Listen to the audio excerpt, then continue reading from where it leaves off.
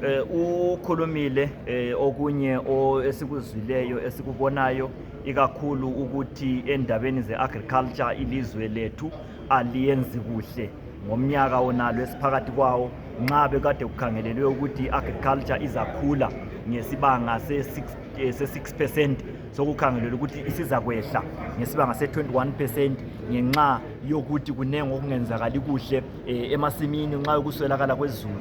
Njalo kukhona okunye esikuzwileyo mayelana ngentela akukhulumileyo i-tax ukuthi zikhona ezinye ingatsha esezizakhitshwa ku-tax.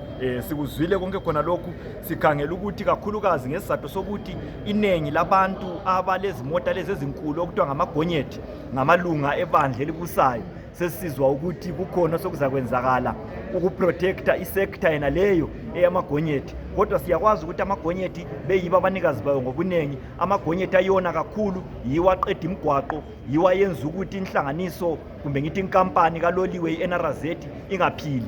Nxa sokusiba le protection yesector yena leyo eye magonyeti sokusitsho ukuthi isitimela soze saba khona futhi kuleli lizwe.